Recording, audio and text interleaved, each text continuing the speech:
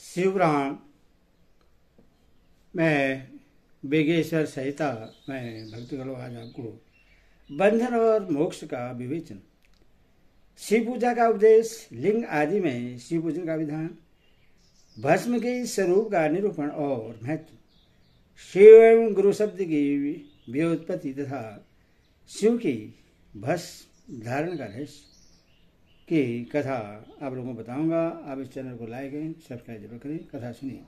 ऋषि बोले, सर्वज्ञ में श्रेष्ठ सूत जी, बंधन और मोक्ष का स्वरूप क्या है यह मैं बतलाई। सूत जी ने कहा, महर्षि, मैं बंधन और मोक्ष का स्वरूप तथा मोक्ष के उपाय का वर्णन करूंगा, तुम लोग आदर सुनो। जो प्रकृति आदि 8 बंधनों से बंधा हुआ है वह जीव बद्ध कहलाता है, और जो उन 8 बंधनों से छूटा हुआ है उससे मुक्त कहते हैं। प्रकृति आदि को बस में कर लेना मोक्ष कहलाता है। बंधन आगंतुक है और मोक्ष स्वस्थ सिद्ध है। बद्ध जीव जब बंधन से मुक्त हो जाता है तब उसे मुक्त जीव कहते हैं। प्रकृति, बुद्धि, महतत्व, त्रिगुणात्मक अहंकार और 5 तन मात्राएं, इन्हें ज्ञानी पुरुष प्रकृत्याघष्टक मानते हैं। प्रकृति आदि 8 तत्वों के इस समूह से देह की उत्पत्ति हुई है। देह से कर्म उत्पन्न होता है और फिर कर्म से नूतन देह की उत्पत्ति होती है। इस प्रकार बारंबार जन्म और कर्म होते रहते हैं। शरीर को स्थूल, सूक्ष्म और कारण के भेद से 3 प्रकार का जानना चाहिए। स्थूल शरीर जागृत अवस्था में व्यवहार करने वाला, सूक्ष्म शरीर जागृत और स्वप्न अवस्थाओं में इंद्रिय भोग प्रदान करने वाला, तथा कारण शरीर सूक्ष्मता अवस्था में आत्मानंद की अनुभूति कराने वाला कहा गया है। जीव को उसके पारबंध कर्मानुसार सुख दुख प्राप्त होते हैं। वह अपने पुण्य कर्मों के फल स्वरूप सुख और पाप कर्मों के फलस्वरूप दुख का उपभोग करता है। अतः कर्मपाश से बधा हुआ जीव अपने त्रिविध शरीर से होने वाले शुभाशुभ कर्मों द्वारा सदा चक्र की भांति बारंबार घुमाया जाता है। इस चक्रवत भ्रमण की निवृत्ति के लिए चक्रकर्ता का स्तवन एवं आराधना करना चाहिए। प्रकृति आदि जो 8 पाश बतलाए गए हैं उनका समुदाय ही महाचक्र है, और जो प्रकृति से परे है वे परमात्मा शिव हैं। भगवान महेश्वर ही प्रकृति आदि महाचक्र के करता है, क्योंकि वे प्रकृति से परे हैं। जैसे वाकायन नामक वृक्ष का थाला जल को पीता और उगलता है, उसी प्रकार शिव प्रकृति आदि को अपने वश में करके उस पर शासन करते हैं। उन्होंने सबको वश में कर लिया है, इसलिए वे शिव कहे गए हैं। शिव ही सर्वज्ञ, परिपूर्ण तथा निष्पक्ष हैं। सर्वज्ञता, तीव्रता, अनादि बोध, स्वतंत्रता, नित्य अनुलोकता, शक्ति से युक्त होना और अपने भीतर अनंत शक्तियों को धारण करना, महेश्वर के इन 6 प्रकार के मानसिक ऐश्वर्यों को केवल वेद जानता है। अतः भगवान शिव के अनुग्रह से ही प्रकृति आदि 8 तत्व बस में होते हैं। भगवान शिव का कृपा प्रसाद प्राप्त करने के लिए उन्हीं का पूजन करना चाहिए। यदि कहें कि शिव तो परिपूर्ण है, निस्पर्श है, उनकी पूजा कैसे हो सकती है, तो इसका उत्तर यह है कि भगवान शिव के उद्देश्य से उनकी प्रसन्नता के लिए किया हुआ सत्कर्म उनके कृपा प्रसाद को प्राप्त कराने वाला होता है। शिवलिंग में, शिव की प्रतिमा में तथा शिव भक्तजनों में शिव की भावना करके उनकी प्रसन्नता के लिए पूजा करनी चाहिए। वह पूजन शरीर से, मन से, वाणी से और धन से भी किया जा सकता है। उस पूजा के महेश्वर शिव जो प्रकृति के परे हैं, पूजक पर विशेष कृपा करते हैं और उनका वह कृपा प्रसाद सत्य होता है। शिव की कृपा से कर्म आदि सभी बंधन अपने बस में हो जाते हैं। कर्म से लेकर प्रकृति पर्यटन सब कुछ जब बस में हो जाता है तब वह जीव मुक्त कहलाता है और स्वात्मा राम रूप से विराजमान होता है। परमेश्वर शिव की कृपा से जब कर्मजनित शरीर अपने बस में हो जाता है तब भगवान शिव के लोक में निवास का सौभाग्य प्राप्त होता है। इसी को सालों की मुक्ति कहते हैं। जब तन मात्राएं बस में हो जाते हैं तब जीव जगदम्बा सहित शिव का सामीप्य प्राप्त कर लेता है। यह सामीप मुक्ति है। उसके आयुध आदि और क्रिया आदि सब कुछ भगवान शिव के समान हो जाते हैं। भगवान का महाप्रसाद प्राप्त होने पर बुद्धि भी बस में हो जाती है। बुद्धि प्रकृति का कार्य है, उसका बस में होना शास्त्र मुक्ति कहा गया है। पुनः भगवान का महान अनुग्रह प्राप्त होने पर प्रकृति बस में हो जाएगी।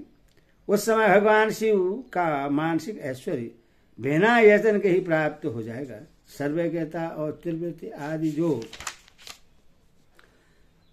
शिव के ऐश्वर्य है उन्हें पाकर मुक्त पुरुष अपने आत्मा में विराजमान होता है। वेद और शास्त्र में विश्वास रखने वाले विद्वान पुरुष इसी को साजुष्य मुक्त कहते हैं। इस प्रकार लिंग आदि में शिव की पूजा करने से कर्म से मुक्ति स्वस्थ प्राप्त हो जाती है। इसीलिए शिव का कृपा प्रसाद प्राप्त करने के लिए तद संबंधी क्रिया आदि के द्वारा उन्हीं का पूजन करना चाहिए।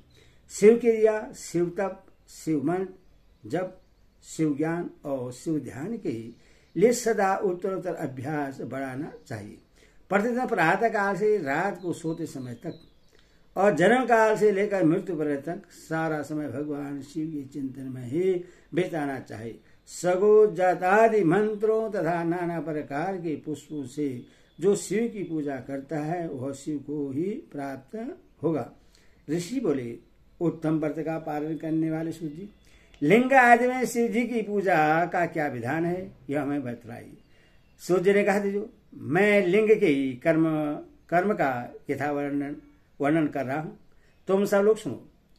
वह परवण ही समझता अभिष्ट वस्तु को देने वाला प्रथम लिंग है। उसे सूक्ष्म परण रूप समझो। सूक्ष्म लिंग निष्कल होता है और स्थूल लिंग सकल। पंचाक्षर मंत्र को ही स्थूल लिंग कहते हैं। उन दोनों प्रकार के लिंगों का पूजन तब कहलाता है। वे दोनों ही लिंग साक्षात मोक्ष देने वाले हैं। पुरुष लिंग और प्रकृति लिंग के रूप में बहुत से लिंग हैं। उन्हें भगवान शिव ही सब विस्तार पूर्वक बता सकते हैं, दूसरा कोई नहीं जानता।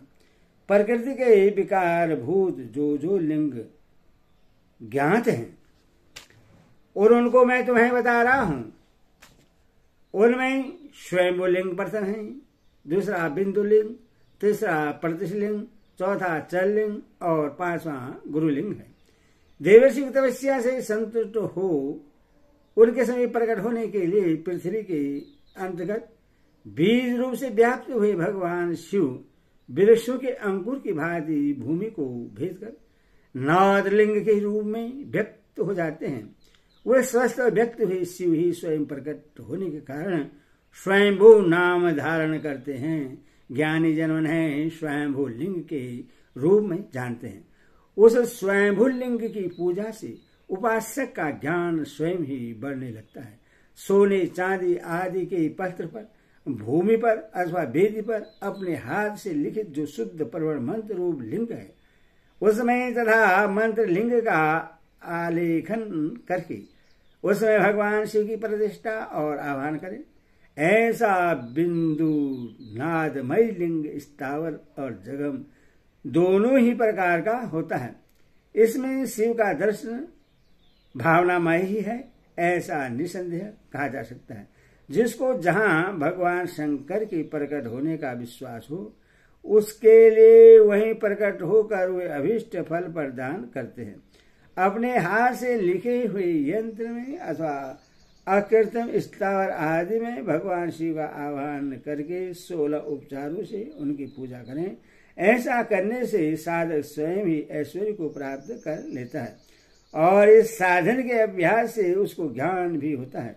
देवताओं और ऋषियों ने आत्मसिद्धि के लिए अपने हाथ से वैदिक मंत्रों के उच्चारण पूर्वक शुद्ध मंडल में शुद्ध भावना के द्वारा जिस उत्तम शिवलिंग की स्थापना की उससे पुरुष लिंग कहते हैं, तथा वही परतश लिंग कहलाता है उस लिंग की पूजा करने से सदा पुरुष ऐश्वर्य की प्राप्ति होती है। महान ब्राह्मण और महाधनी राजा किसी कारीगर से शिवलिंग का निर्माण कराकर जो मंत्र और रस की स्थापना करते हैं, उनके द्वारा स्थापित हुआ वह लिंग भी प्रतिष्ठित लिंग कहलाता है, किंतु वह प्राकृतिक लिंग है, इसीलिए प्राकृतिक ऐश्वर्य भोगों को ही देने वाला होता है। जो शक्तिशाली और नित्य होता है उसे पुरुष कहते हैं, तथा जो दुर्बल और अनंत होता है वह प्राकृतिक कहलाता है। लिंग नाभि, जीहा, नासाग्रभाग और शिखा के कर्म से कटी, हृदय और मस्तक तीनों स्थानों में जो लिंग की भावना की गई है, उन आध्यात्मिक लिंग को ही चर लिंग कहते हैं। पर्वत को पुरुष लिंग बतलाया गया है और भूतल को विद्वान पुरुष प्राकृतिक लिंग मानते हैं। वृक्ष आदि को पुरुष लिंग जानना चाहिए और गुल्म आदि को प्राकृतिक लिंग। साठी नामक धान्य को प्राकृतिक लिंग समझना चाहिए और शाली, अघन एवं गेहूं को पुरुष लिंग। अणिमा आदि 8 सिद्धियों को देने वाला जो ऐश्वर्य है उसे पुरुष ऐश्वर्य जानना चाहिए। सुंदर स्त्रियां, धन आदि विषयों को नास्तिक पुरुष प्राकृतिक ऐश्वर्य कहते हैं। चर लिंगों में सबसे प्रथम रस लिंग का वर्णन किया जाता है। रस लिंग ब्राह्मणों को उनकी सारी अभिष्ट वस्तु को देने वाला है। शुभ कारक वाण लिंग क्षेत्रों को महान राज्य की प्राप्ति कराने वाला है। सुवर्ण लिंग वैश्यों को महाधन पति का पद प्रदान करने वाला है, तथा सुंदर शिवलिंग शूद्रों को महाशुद्धि देने वाला है। स्फटिकमय लिंग तथा वाण लिंग सब लोगों को उनकी समस्त कामनाएं प्रदान करते हैं। अपना न हो तो दूसरे का स्फटिक या वाण लिंग भी पूजा के लिए निषिद्ध नहीं है। स्त्रियों विशेष और सद्भावों के लिए पार्थिव लिंग की पूजा का विधान है। प्रवृत्ति मार्ग में स्थित विधवाओं के लिए स्फटिक लिंग की पूजा बतलाई गई है, परंतु व्यक्त विधवाओं के लिए रस लिंग की पूजा को ही श्रेष्ठ कहा गया है। उत्तम व्रत का पालन करने वाले महर्षियों बचपन में, जवानी में और बुढ़ापे में भी शुद्ध स्फटिकमय शिवलिंग का पूजन स्त्रियों को समस्त भोग प्रदान करने वाला है। ग्रासक्त स्त्रियों के लिए पीठ पूजा भूतल पर संपूर्ण अभिष्ट को देने वाली है। प्रवृत्ति मार्ग में ही चलने वाला पुरुष सुपात्र गुरु के सहयोग से ही समस्त पूजा कर्म संपन्न करे। इष्ट देव का अभिषेक करने के पश्चात अग्नि के चावल से बने हुए खीर आदि पकवानों द्वारा नैवेद्य अर्पण करें। पूजा के अंत में शिवलिंग को संपुट में पधार कर घर के भीतर पृथक रख दे।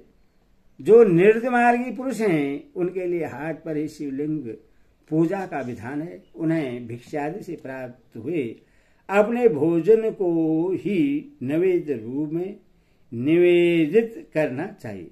निर्द पुरुषों के लिए सूक्ष्म लिंग ही श्रेष्ठ बतलाया जाता है। वे विभूति के द्वारा पूजन करें और विभूति को ही नैवेद्य रूप से निवेदन भी करें। पूजा करके उस लिंग को सदा अपने मस्तक में धारण करें। विभूति 3 प्रकार की बतलाई गई है, लोकाग्नि जनित, वेदाग्नि जनित और शिवाग्नि जनित। लोकाग्नि जनित तथा लौकिक भस्म को द्रव्यों की शुद्धि के लिए लाकर रखें। मिट्टी, लकड़ी, लोहे के पात्रों की, धान्यों की, तिल आदि द्रव्यों की, वस्त्र आदि की तथा प्रयोषित वस्तु की भस्म से शुद्धि होती है। कुत्ते आदि से दूषित हुए पात्रों की भी भस्म से ही शुद्धि मानी गई है। वस्तु विशेष की शुद्धि के लिए यथायोग्य सजल अथवा निर्जल भस्म का उपयोग करना चाहिए। वेदाग्नि जनित जो भस्म है उसको उन्होंने वैदिक कर्मों के अंत में धारण करना चाहिए। मंत्र और क्रिया से जनित जो होम कर्म है वह अग्नि में भस्म का रूप धारण करता है। उस भस्म को धारण करने से वह कर्म आत्मा में आरोपित हो जाता है। अघोर मूर्तिधारी शिव का जो अपना मंत्र है उससे पढ़कर बेल की लकड़ी को जलाएं। उस मंत्र से अभिमंत्रित अग्नि को शिवाग्नि कहा गया है। उसके द्वारा जले हुए काष्ठ का जो भस्म है वह शिवाग्नि जनित है। कपिला गाय के गोबर अथवा गाय मात्र के गोबर को तथा समी, पीपल, पलाश, बड़, अमलतास और बेर इनकी लकड़ी को शिवाग्नि से जलाएं। वह शुद्ध भस्म शिवाग्नि जनित माना गया है। अथवा कुश की अग्नि में शिव मंत्र के उच्चारण पूर्वक काष्ठ को जलाएं। फिर उस भस्म को कपड़े से अच्छी तरह छानकर नए घड़े में भरकर रख दे। उससे समय समय पर अपनी कांति या शोभा की वृद्धि के लिए धारण करें। ऐसा करने वाला पुरुष सम्मानित एवं पूजित होता है। पूर्व काल में भगवान शिव ने भस्म शब्द का ऐसा ही अर्थ प्रकट किया है। जैसे राजा अपने राज्य में साधभूत कर को ग्रहण करता है, जैसे मनुष्य शयस आदि को जलाकर राज कर उसका सार ग्रहण करते हैं, तथा जैसे जठरा, नल, नाना प्रकार के भक्ष्य भोज आदि पदार्थों को भारी मात्रा में ग्रहण करके जलाकर सारतर वस्तु ग्रहण करता और उस सारतर वस्तु से स्वदेह का पोषण करता है, उसी प्रकार परपंच करता परमेश्वर शिव ने भी अपने में आधे रूप से विद्यमान परपंच को जलाकर भस्म रूप से उसके सारतत्व को ग्रहण किया है। परपंच को दग्ध करके शिव ने उसके भस्म को अपने शरीर में लगाए राग बभूत पूतने के बहाने जगत के सार को ही ग्रहण किया है। अपने शरीर में अपने लिए रत्न स्वरूप भस्म को इस प्रकार स्थापित किया है। आकाश के सार तत्व से केश, वायु के सार तत्व से मुख, अग्नि के सार तत्व से हृदय, जल के सार तत्व से कटिवार और पृथ्वी के सार तत्व से घुरने को धारण किया है। इसी तरह उनके सारे अंग विभिन्न वस्तुओं के सारूप हैं। महेश्वर ने अपने ललाट में तिलक रूप से जो त्रिपुंड धारण किया है वह ब्रह्मा, विष्णु, रुद्र का सार्थत्व है। वे इन सब वस्तुओं को जगत के अवधि का हेतु मानते हैं। इन भगवान शिव ने ही परपंच के साथ सर्वस्व को अपने बस में किया है, अतः इन्हें अपने बस में करने वाला दूसरा कोई नहीं है। जैसे समस्त मृगों का हिंसक मृग सिंह कहलाता है और उसकी हिंसा करने वाला दूसरा कोई मृग नहीं है, अतः उन्हें सिंह कहा गया है।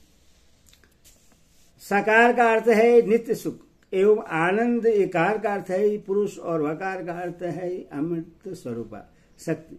इन सब का सम्मिलित रूप से शिव कहलाता है। अतः इस रूप में भगवान शिव को अपना आत्मा मानकर उनकी पूजा करनी चाहिए। अतः अपने पहले अपने अंगों में भस्म लें, फिर ललाट में उत्तम त्रिवर्ण धारण करें। पूजा काल में सजल भस्म का उपयोग होता है और द्रव्य शुद्धि के लिए निर्जय भस्म का गुणातीत परम शिव राजस आदि स्वीकार गुणों का अवरोध करते हैं, दूर हटाते हैं। इसीलिए वे सबके गुरु रूप का आश्रय लेकर स्थित हैं। गुरु विश्वव्यापी शिष्यों के तीनों गुणों को पहले दूर करके फिर उन्हें शिव तत्व का बोध कराते हैं, इसीलिए गुरु कहलाते हैं। गुरु की पूजा परमात्मा शिव की ही पूजा है। गुरु के उपयोग से बचा हुआ सारा पदार्थ आत्मशुद्धि करने वाला होता है। गुरु की आज्ञा के बिना उपयोग में लाया हुआ सब कुछ वैसा ही है जैसे चोर चोरी करके लाई हुई वस्तु का उपयोग करता है। गुरु से विशेष ज्ञानवान पुरुष मिल जाए तो उससे भी यत्नपूर्वक गुरु बना लेना चाहिए। अज्ञान रूपी बंधन से छूटना ही जीव मात्र के लिए साध्य पुरुषार्थ है। अतः जो विशेष ज्ञानवान है वही जीव को उस बंधन से छुड़ा सकता है। जन्म और मरण रूप दंत को भगवान शिव की माया ने ही अर्पित किया है। जो इन दोनों को शिव की माया को ही अर्पित कर देता है वह फिर शरीर के बंधन में नहीं पड़ता। जब तक शरीर रहता है तब तक जो क्रिया के ही अधीन है वह जीव बद कहलाता है। स्थूल, सूक्ष्म और कारण तीनों शरीरों को वश में कर लेने पर जीव का मोक्ष हो जाता है, ऐसा ज्ञानी पुरुषों का कथन है। माया चक्र के निर्माता भगवान शिव ही परम कारण हैं। वे अपनी माया के दिए हुए दंत को स्वयं ही परिमार्जन करते हैं। अतः शिव के द्वारा कल्पित हुआ दंत उन्हीं को समर्पित कर देना चाहिए। जो शिव की पूजा में तत्पर हो वह मौन रहे, सत्य आदि गुणों से सयुक्त हो तथा क्रिया जब तब ज्ञान और ध्यान में भी एक एक का अनुष्ठान करता रहे। ऐश्वर्य, दिव्य शरीर की प्राप्ति, ज्ञान का उदय, अज्ञान का निवारण और भगवान शिव के सामीप्य का लाभ, ये कर्मश क्रिया आदि के फल हैं। निष्काम कर्म करने से अज्ञान का निवारण हो जाने के कारण शिवभक्त पुरुष उसके यथोक्त फल को पाता है। शिवभक्त पुरुष देश, काल, शरीर और धन के अनुसार यथा योग्य क्रिया आदि का अनुष्ठान करे। न्यायोपार्जित उत्तम धन से निर्वाह करते हुए विद्वान पुरुष शिव के स्थान में निवास करे। जीव हिंसा आदि से रहित और अत्यंत कलेश शून्य जीवन बिताते हुए पंचाक्षर मंत्र के जप से अभिमानित अन्न और जल को सुख स्वरूप माना गया है। अथवा कहते हैं कि दरिद्र पुरुष के लिए भिक्षा से प्राप्त हुआ अन्न ज्ञान देने वाला होता है। शिव भक्त को भिक्षान प्राप्त हो तो वह शिव भक्ति को बढ़ाता है। शिव योगी पुरुष भिक्षान को शंभु शस्त्र कहते हैं। जिस किसी भी उपाय से जहां कहीं भी भूतल पर शुद्ध अन्न का भोजन करते हुए सदा मौन भाव से रहें और अपने साधन का रहस्य किसी को प्रकट न करें। भक्तों के समक्ष शिव की महिमा को प्रकाशित करें। शिव मंत्र के रहस्य को भगवान शिव ही जानते हैं, दूसरा नहीं। ओम नमः शिवाय। ओम नमः